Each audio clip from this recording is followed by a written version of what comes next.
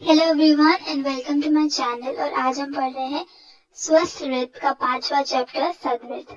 तो सदवृत्त पढ़ने का बहुत ही सिंपल तरीका है जो कि हम इस वीडियो में देखेंगे। तो चलिए शुरू करते हैं। सदवृत्त, इसमें मुख्य 4 पॉइंट्स हमें कवर करने हैं। सदवृत्त की परिभाषा, सदवृत्त के सामान्य सिद्धांत, सदवृत्त पालन से लाभ और प्रमुख सदवृत्त आचार। तो ये चैप्टर से जो क्वेश्चन आते हैं 5 मार्क्स का क्वेश्चन आ जाएगा और पूछेगा कि सदवृत्त का वर्णन करें। तो आप इन चारों पॉइंट को थोड़ा थोड़ा एक्सप्लेन कर सकते हैं, या फिर अगर 2 मार्क्स के लिए आएगा तो इन चारों में से कोई एक पॉइंट आपको एक्सप्लेन करने को बोल देगा।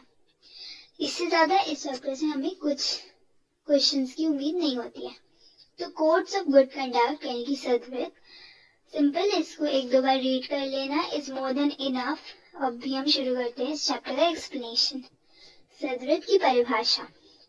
तो सदवृत्त क्या होता है, यहाँ पे एक श्लोक दिया है चरक सूत्र स्थान का, वो आप देख सकते हैं। इसमें ये कहा गया है कि मनुष्य को सदैव मानस, वाच, कर्म सदवृत्त का पालन करना चाहिए ताकि वो स्वस्थ रहे। यानी बेसिकली जो मन, वचन और कर्म है, सदवृत्त इन तीनों में ही डिवाइडेड है। आप अगर मन से अच्छे हैं, आपके कर्म अच्छे हैं और आपके वचन अच्छे हैं तो आप सदवृत्त का ढंग से पालन कर रहे हैं। Simple, nothing else.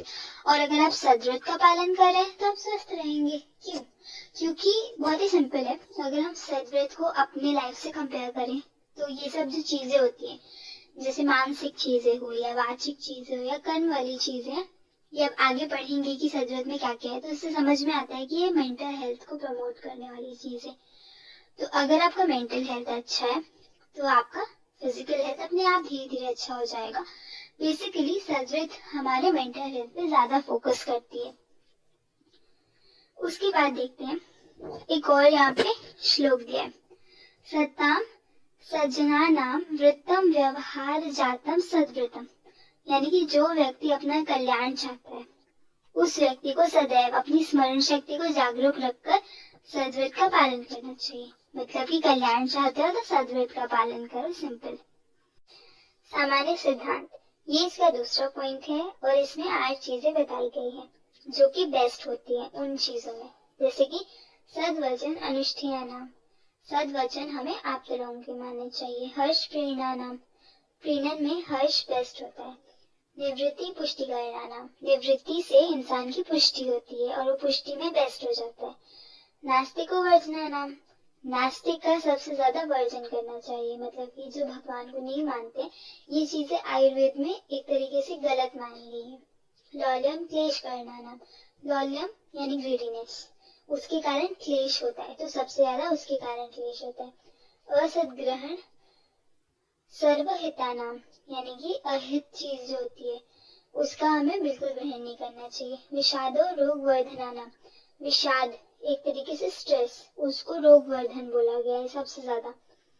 शोक शोषणानाम, यानी कि शोक एक तरीके से किसी के मन में अगर शोक का भाव ना हो तो उसके शरीर का शोषण हो जाता है।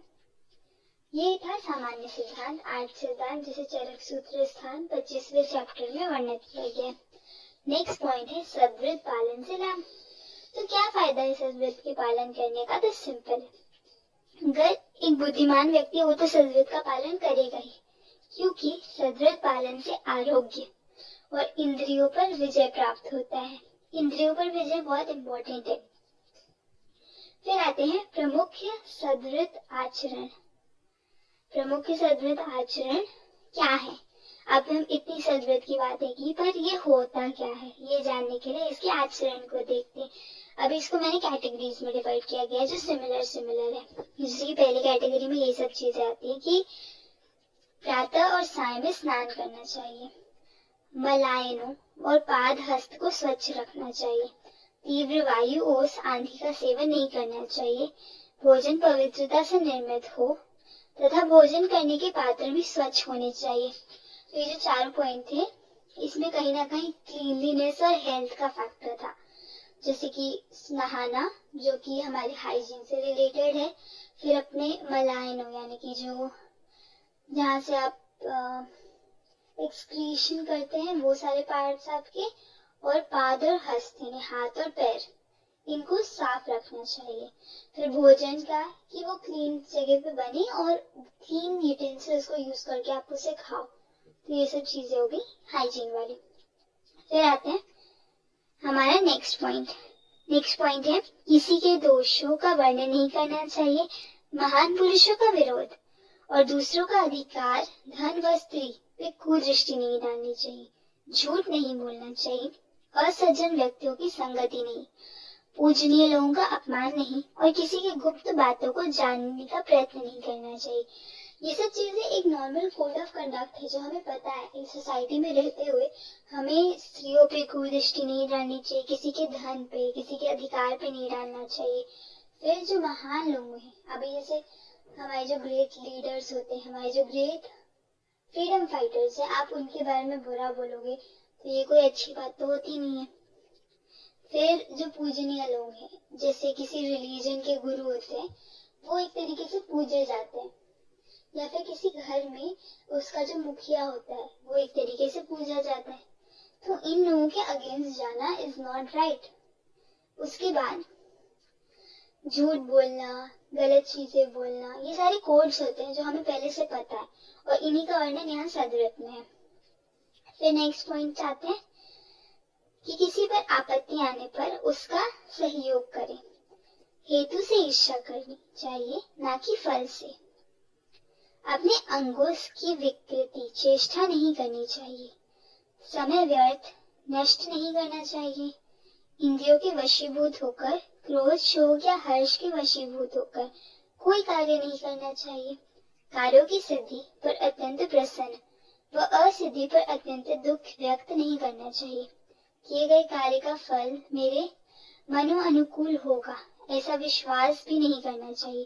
तो ये सारे कोड ऑफ कंडक्ट ऐसे मॉरल टाइप के थे, तो मैंने इनको एक कैटेगरी में डाला कि एक मॉरल वैल्यूज टाइप के। अभी इसका उपसंहार सिंपल है कि जो व्यक्ति ब्रह्मचर्य, दान, मित्रता, दया, हर्ष, उपेक्षा और शांति इन कार्यों में तत्पर रहता है वो सुखी रहता है।